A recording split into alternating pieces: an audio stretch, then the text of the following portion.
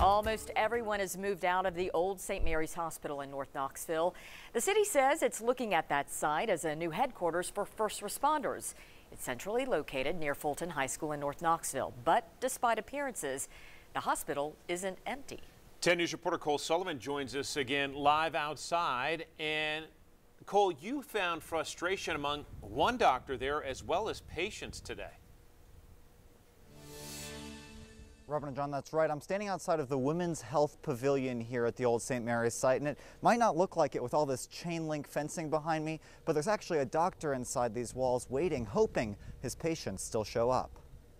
At the hospital's main entrance, a sign warns there's no medical staff here. But past the revolving door and another closed sign, everything is barren. On the 5th floor, Dr. Lowell McCauley waits for his patients. We are still here. We haven't gone anywhere. He's an OB/GYN and the only doctor left on his floor. This is a desolate institution now. There's only 2 different practices left in this particular building. While he loves the space, it's like home. He's not here by choice. That lease has a clause in the contract that says I have to give a 6-month notice of termination if the hospital decides to discontinue services. He gave his notice in November. So I'm stuck here till May 26th. The hospital is being closed all around him, with more fencing going up Wednesday.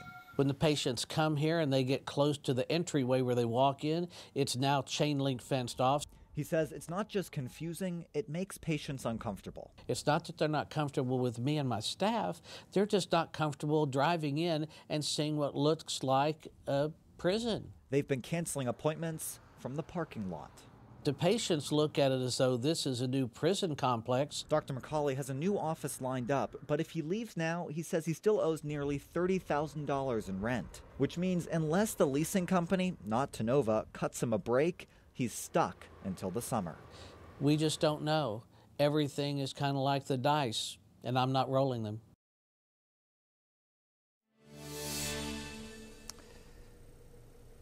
He says that he's hoping if the city buys this site, he can get out of his lease. Right now, he says he feels like he's being held hostage in the building. The city is having a meeting tomorrow. The city council is having a meeting tomorrow to discuss the potential to take over this site. Robin and John, we'll send it back to you. Certainly is an interesting situation there. Cole, thank you. AM